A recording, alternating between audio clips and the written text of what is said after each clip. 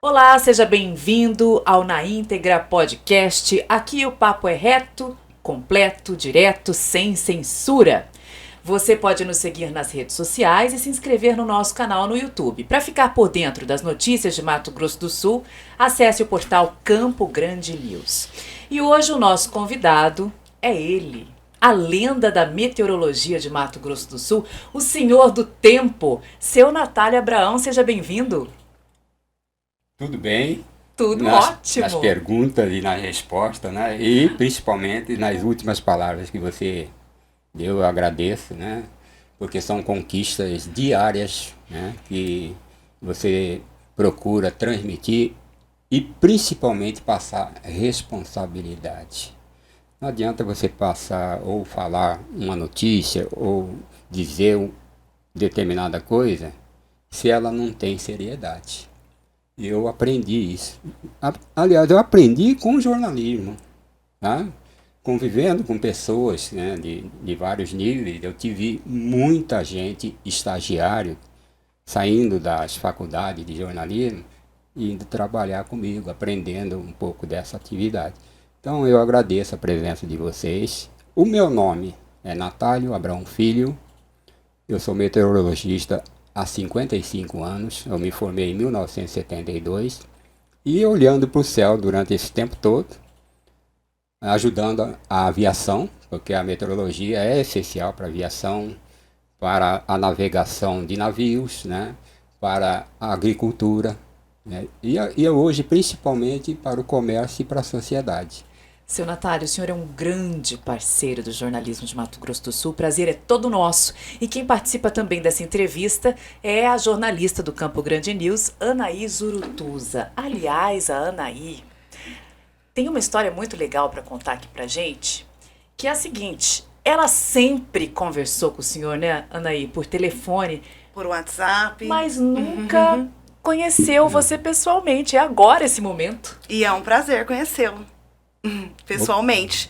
Eu agradeço as palavras e agradeço a satisfação de te ver pessoalmente também. Né? Seu Natália, sabe o que eu queria que o senhor fizesse primeiro, para a gente começar essa entrevista? Que o senhor soletrasse seu nome para ninguém nunca mais errar.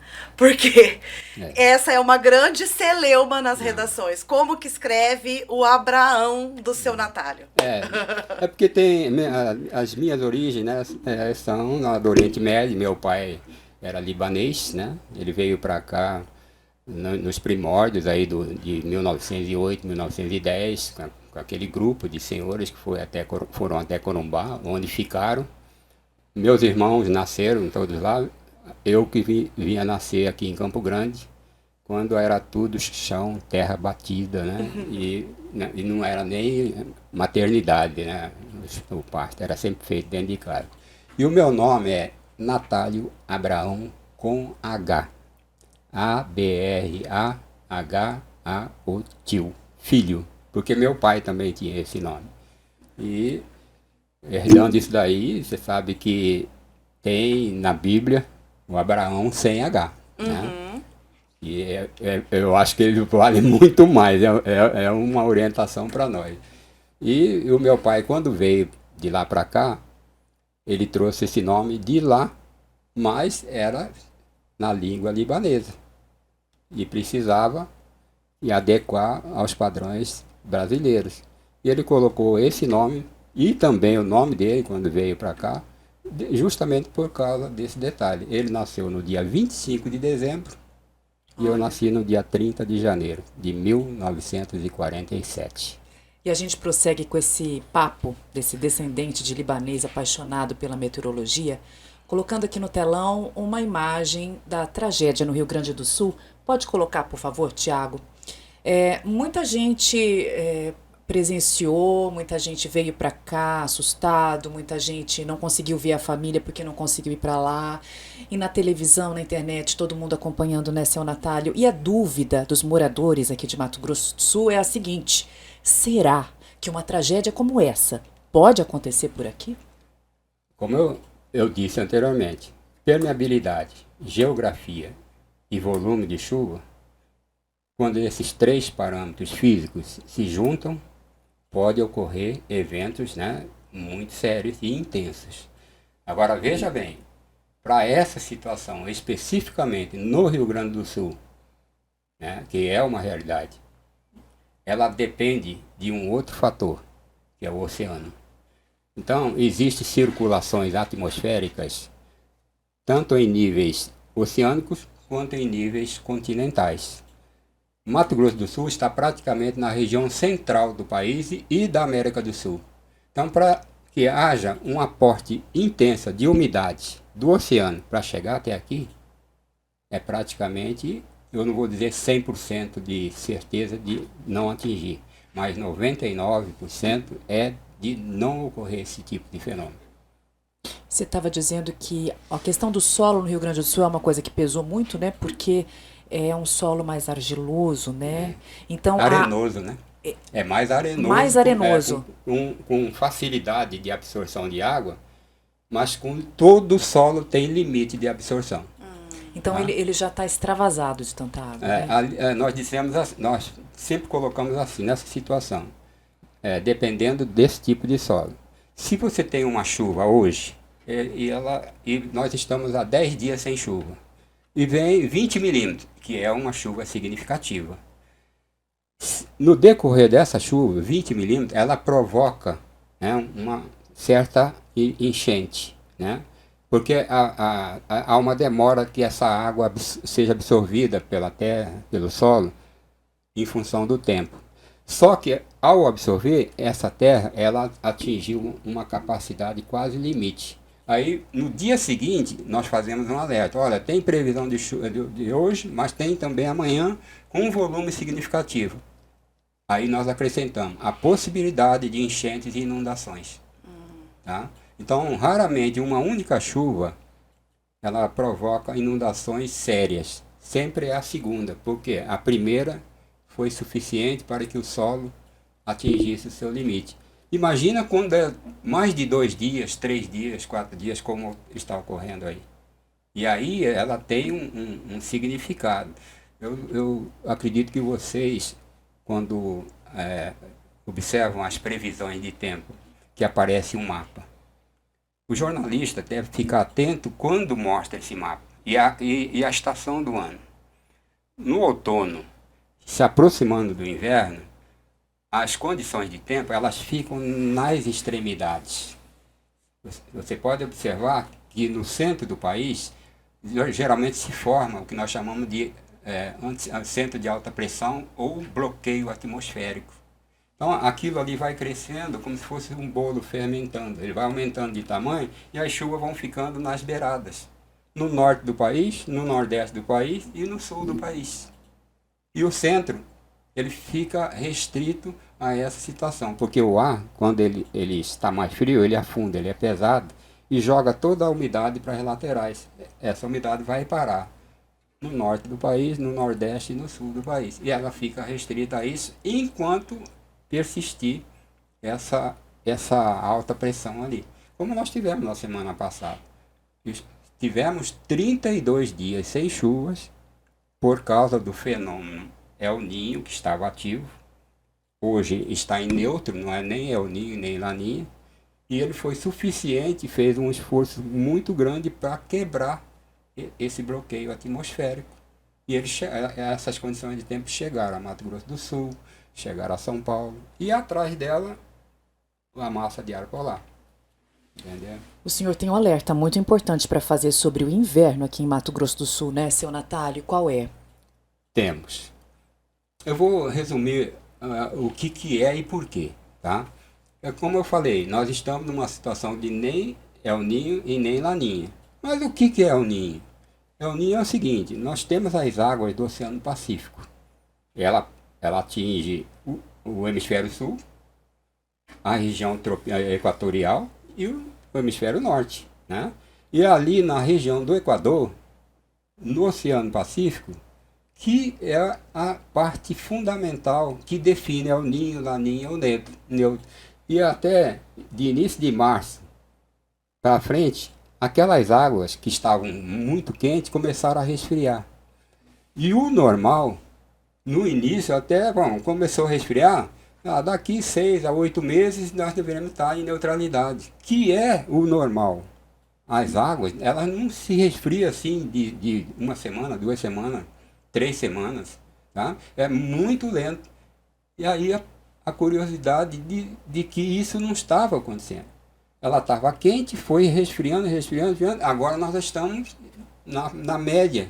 A temperatura lá está dentro do normal. E como o gráfico mostra descendência, aí o que nós fizemos? Calculamos, jogamos uma equação e identificamos que isso não vai parar em neutralidade e voltar a subir. Ela desce agora, nós vamos entrar em Laninha. Aí você vai, pô, mas o que tem a diferença para Mato Grosso do Sul? El Ninho e Laninha. El Ninho, ele é benéfico para Mato Grosso do Sul. E para outros locais, para outras regiões geográficas, ele não é legal, mas para nós ele é bom. Por quê? Porque ele define com águas mais quentes, lá no Oceano Pacífico, essa água evapora e entra numa circulação lá na região amazônica, ali na floresta amazônica, por causa da floresta. Então, para nós, não pode desmatar a Amazônia. Porque uma árvore que tem mais ou menos 20 a 30 metros lá na Amazônia, ela puxa para dentro dela em torno de 1.200 a 1.500 litros de água por dia. E no dia seguinte, pela manhã, os primeiros raios de sol, ela joga para a atmosfera um pouco menos disso. O restante fica ali no solo com 1 metro, 2 metros de folha. Então aquilo é preservado. Tira a árvore dali, né? Aí o que acontece? Essa umidade ela sai dali e vem em direção ao sudeste do país, né? Pega ali o Espírito Santo, Rio de Janeiro, São Paulo, Belo Horizonte, aí pega Brasília, né? Aí vai fazendo aquilo que vocês chamam de rios voadores. Então o que acontece? Se nós temos El Ninho, informamos ao agricultor, olha, provavelmente a partir de setembro o fenômeno El Ninho estará ativo. Planta, meu amigo. Aumenta a tua área. Não importa se a semente é tardia ou é precoce, é resistente, né? Se você jogar ali, ela vai receber água na sua proporção adequada. Só que esse ano, e raramente acontece, Laninha no segundo semestre e por um período que deve ir até o início do ano que vem. Então, no lugar do El Ninho é Laninha e isso significa estiagem da Braba. Isso significa chuvas irregulares, mal distribuídas, associadas a altas temperaturas. Glória, não pensa que final de setembro e outubro, até a primeira semana de novembro, nós não teremos temperaturas de 40 graus, de 41 graus. Vai ter. Tá? Então, mas isso aí é um prognóstico, é uma previsão? Ou você que está falando? Eu estou afirmando. Tá? Então, além de ser um prognóstico, né, é uma probabilidade de certeza. Porque nós fazemos uma equação que se chama grau de confiança. Então, quando essa equação ela atinge 75% para cima, você pode jogar a previsão de que esse evento é mais provável de acontecer ou de ocorrer. E é um pacote propício, então, para queimada. Você sabe que, historicamente, há milênios, né, existe esse procedimento. E não é só o fator contínuo de queimada. Mato Grosso do Sul ele tem diversos tipos de solos. Entre estes, você tem o saibro, tem o arenoso, tem o argiloso, né? E alguns têm questões sólidas, né? O oeste do estado, Corumbá, por exemplo, é difícil você fazer sistema subterrâneo ali, né? Sistema de esgoto, porque a pedra está quase aflorando ali. Você teria que romper esses aí para poder ter uma estrutura. Então, essa situação, lá, por exemplo, Corumbá, já vem descendo as médias históricas de chuva desde 2009.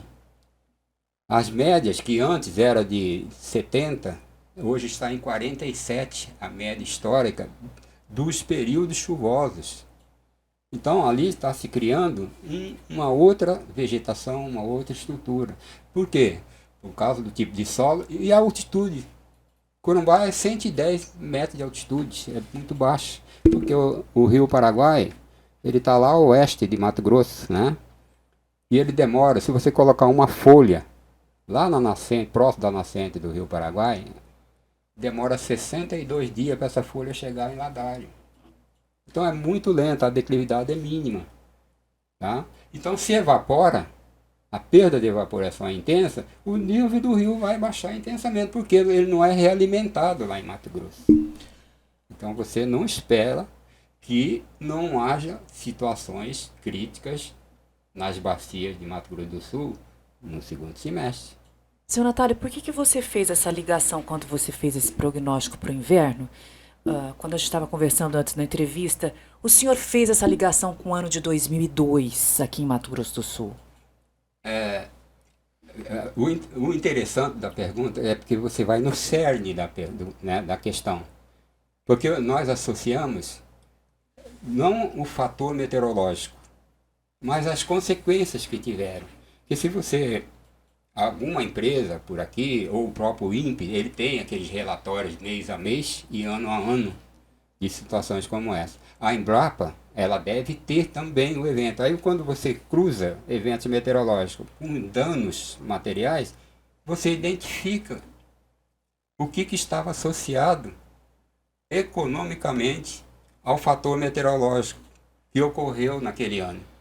Então nós tivemos, eu não estou considerando que a aftosa foi essa, associada a essa falta de chuva, mas o agricultor, né? Você imagina que naquela época se colhia em torno de 35 sacas por hectare, né? A tecnologia hoje prevê mais de 100. Na época de Delfim Neto, ele desejava que atingisse, quando ele era ministro, que atingisse 65 sacos. Estava muito longe. Hoje já passamos, né? Já temos 100. E o que se espera esse ano com esse período que está aí, está presente? Vocês já observaram, vocês como jornalistas já noticiaram que a companhia de abastecimento, ela já está definindo, inclusive, perdas muito significativas da safrinha de milho. Vocês já mostraram que algum produtor, olha, eu tive aqui ano passado, aqui essa espiga de milho, né, estava me dando aqui de 30 a 60 grãos de milho por centímetro quadrado. Hoje eu tenho aqui, além de ser menor, ela está toda esgarçada. Então você já avizinha que a falta de chuva na safrinha, ela provoca duas coisas: perda na produção, perda na produtividade. E agora mais uma, no desenvolvimento. Onde já se viu você ter um pé de milho com 1 metro, 1,10 m, já com a semente, né, desenvolvendo. Normalmente é 2,5, 3 metros para ele ter condições de colocar uma semente muito produtiva, né, por hectare. Então, no segundo semestre, a safra normalmente é soja, né, para Mato Grosso do Sul, que é uma commodity significativa para o estado. Agora, se as instituições que lidam com a agricultura, e você coloca aí também pecuária, porque o pasto também, de uma forma ou de outra, vai ter um custeio com desenvolvimento de você aumentar o pasto.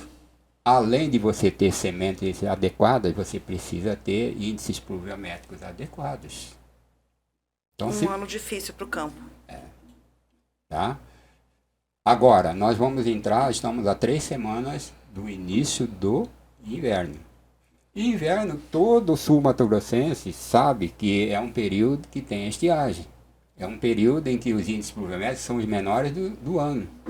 Mas é intercalado, pelo menos 1, 2 vezes no mês, você tem algum índice, um nível de pluviometria que quebra essa sequência.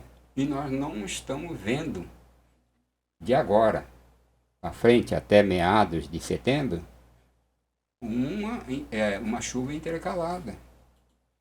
Então isso que o produtor pretende colher agora, né, que é a safrinha, já está definida que vai haver perda, e a perda é um efeito dominó, né? Comércio, distribuição de sementes, né? Vai buscando, a oferta diminui, né? O preço sobe, aumenta. tá? Então, essa situação que está se avizinhando, nós não ficamos fechados. Procuramos a FamaSul, procuramos algumas prefeituras, nos oferecemos para passar essa informação. Agora, O senhor já fez os alertas, então.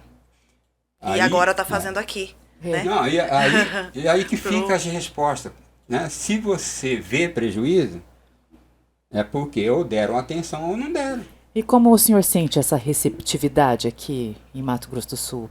As pessoas acolhem as informações? Como que você sente, assim? Como meteorologista, né? Certo. Então, eu aprendi a ver essa situação no bolso das pessoas. Você imagina, Laura, que eu faço uma previsão dos dois lados, que aconteça ou que não aconteça. Olha, a previsão, como agora, nós falamos o seguinte, haveria 1 ou 2 episódios de frio em maio. Esperamos entre 2 e 3 episódios de frio mais intenso em junho e 1 episódio super intenso em julho. Você tem uma loja de roupa. Você levar a sério, né? E sabendo que essas afirmações trouxe a você uma certa confiança, esse cara é responsável, eu vou atender. E eu não vou comprar roupa de verão, eu vou investir em roupa de inverno, porque a certeza de ocorrer esses eventos me permite investir tanto do meu bolso. E o cara que vende cerveja, o que vende sorvete, é frio, eu vou ter pelo menos 10 dias aí que o meu comércio vai, né? Vai aproveitar para outras coisas, reforma de material, de maquinário, essas coisas todas. Mas que levou a sério. E o contrário é isso também, né? Eu falar que ocorrerá um frio intenso e ele não vem. Eu tenho uma curiosidade exatamente sobre isso que o senhor falou. Que tem muita gente que acha assim que meteorologista tem bola de cristal, é feiticeiro, enfim. Adivinho, que prevê o futuro, né? Eu queria saber do senhor, que o senhor pudesse explicar didaticamente, assim, para as pessoas como, e resumidamente, né? Como que é feita a previsão do tempo? E o senhor falou também do cálculo do grau de confiabilidade, né? De confiança. Quando o senhor lança a previsão do tempo, o senhor faz esse cálculo. Então, assim, já diz o nome, né? É uma previsão. Pode acontecer ou não, mas é quase certo que aconteça dessa maneira. Como que o senhor chega nessa conclusão? Olha, uma pessoa que se forma em meteorologia, normalmente são 5 anos e ele precisa de mais 1 ano para fazer a especialização. Só para a área de meteorologia, fora os padrões gerais, foram 24 anos. E para estudar meteorologia, além de legislação, um pouco de conhecimento de tráfego aéreo, né, porque precisa fazer a meteorologia direcionada, né? A meteorologia para aviação é de um jeito, a meteorologia para agricultura é de outro jeito. Então, nós aprendemos para todas as áreas. E aí, do primeiro ao último ano, é física e matemática. Não foge disso. Se você não tem habilidade ou tendência para esse tipo de estudo, você não vai se formar. Então, o que nós fazemos? Sempre especialização. E a evolução disso, o que você perguntou, né?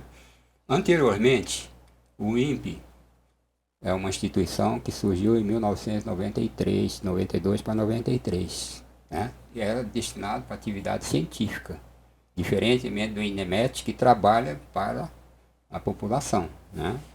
Então, como nós éramos direcionados para a aviação, a maioria dos nossos cursos foram lá dentro do INPE.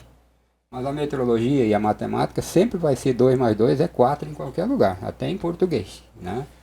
E aí o grau de acerto não era anteriormente como é hoje. o satélite só chegou depois do ano 2000, com a eficiência da atividade do GOES 13 até o GOES 16, né? Que nos dá imagens aí como se fosse uma radiografia. E embaixo, com as estações, que nós temos em torno de 5 a 6 mil estações espalhadas pelo Brasil, né? E hoje é tudo automático, ela cria as variações todas de pressão, temperatura, umidade e vento, né? E ela já vem pronta. Então hoje se tornou assim uma coisa muito simples para você fazer, a não ser alguns eventos extraordinários que você identifica. Peraí, essa imagem aqui, como se fosse uma radiografia, o Rio Grande do Sul é tão clara, estava tão claro que a umidade vinda da Amazônia passava ali pela Cordilheira dos Andes, aqui bem beirando a Cordilheira dos Andes, passando ali por Mato Grosso, pela Bolívia, né, pelo norte da Argentina, pelo Paraguai e entrando ali. Então não tinha como errar que aquilo ali ia acontecer. Puxa, seu Natalio, então a gente chega à conclusão de que a meteorologia precisa ser levada mais a sério. Tem muita gente deixando de lado as informações que são alertadas com antecedência. 55 anos de profissão, né? O senhor tem mais do que experiência nisso. Eu acho que, inclusive, é uma profissão, de certa forma, ingrata, porque se o meteorologista acerta, ninguém liga. Agora, se ele erra... aquelas piadinhas sempre ocorreram. No começo de carreira... O senhor está acostumado com esse tipo de crítica? Então, mas aquilo, eu levei aquilo não como quem fazia, mas eu comecei a tirar lições daquilo ali. Né? Então, olha, pô, você falou que ia chover, eu vou de camisa regata. Né? Você fala que não vai chover, eu já estou de guarda-chuva.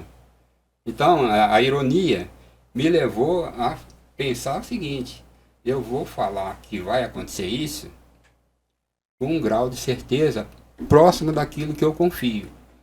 Senão eu não falo.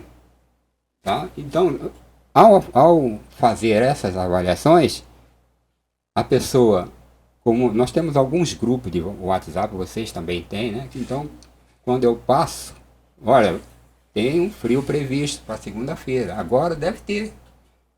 O tempo está limpinho, começa a esquentar, mas vai dar uma esfriadazinha aí no começo da semana que vem, e vai obrigar as pessoas a voltar a usar casaco.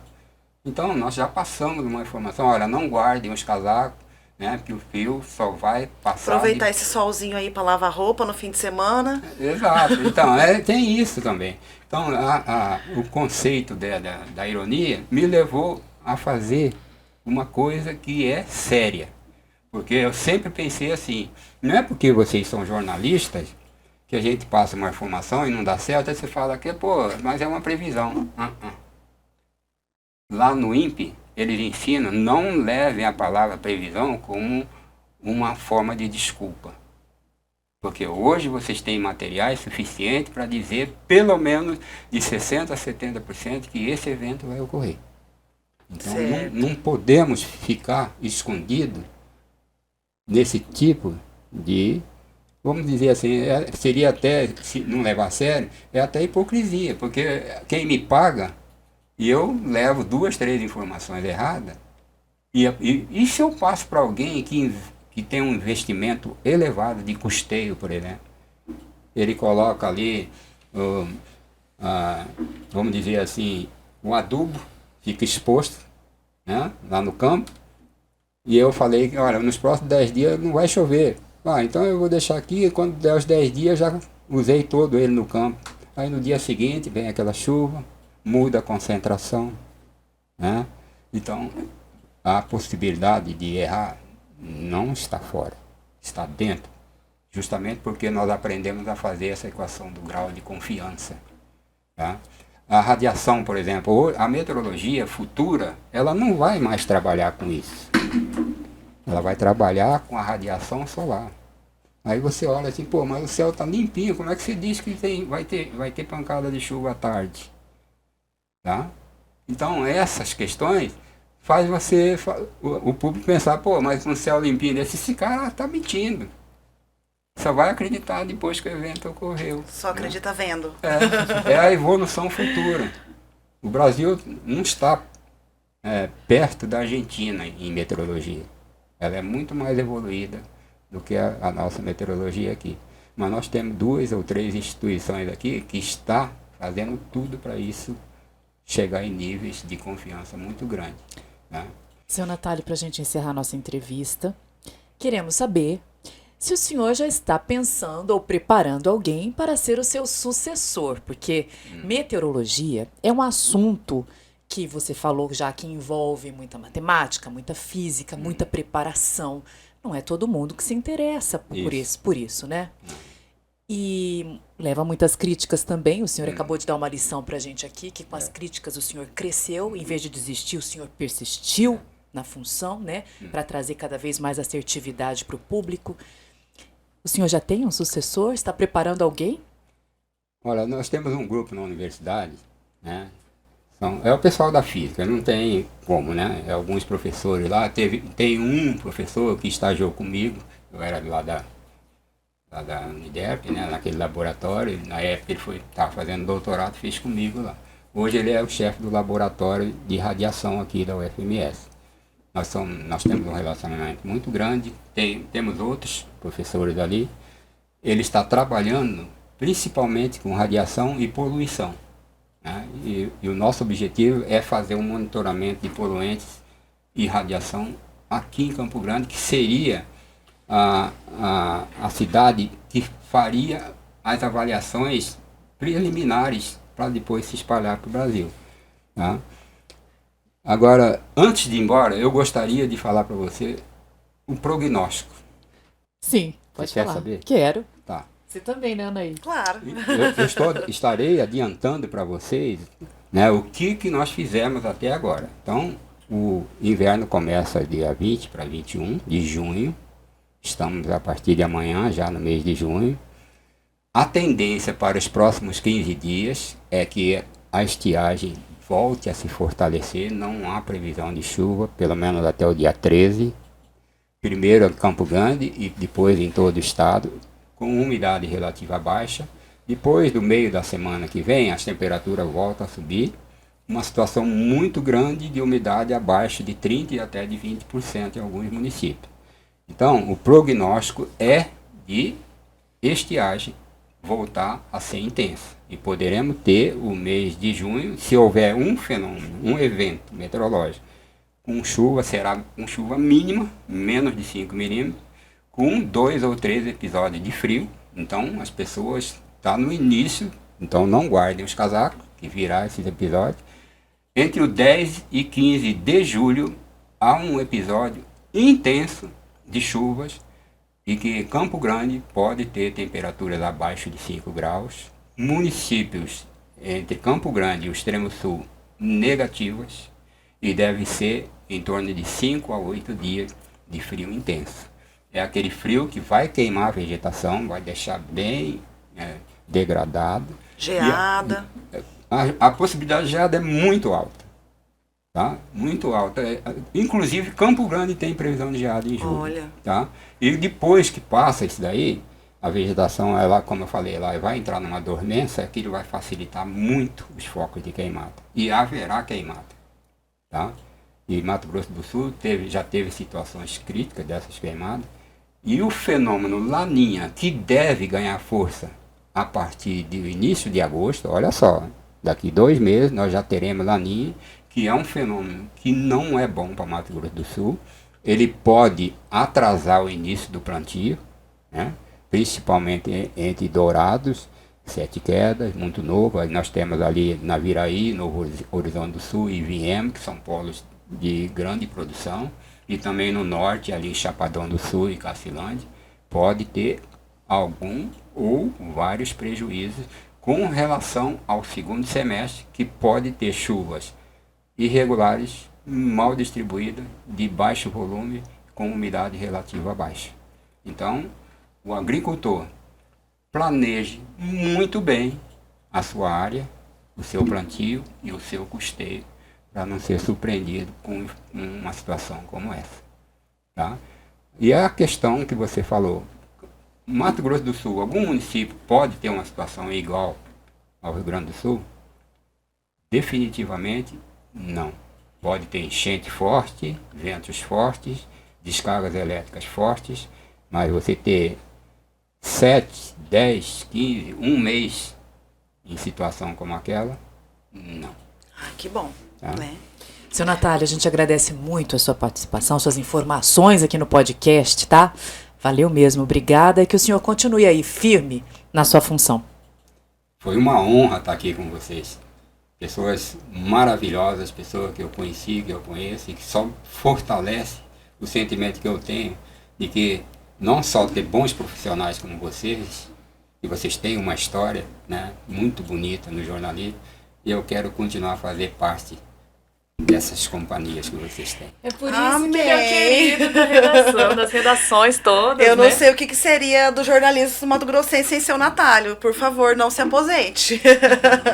Se algum dia você escutar uma resposta, o cara comeu sopa de marimbondo, deixa o cara acalmar, mas dificilmente vai ocorrer isso aí. Muitas vezes vocês mandam mensagem, Natália, pode falar, né?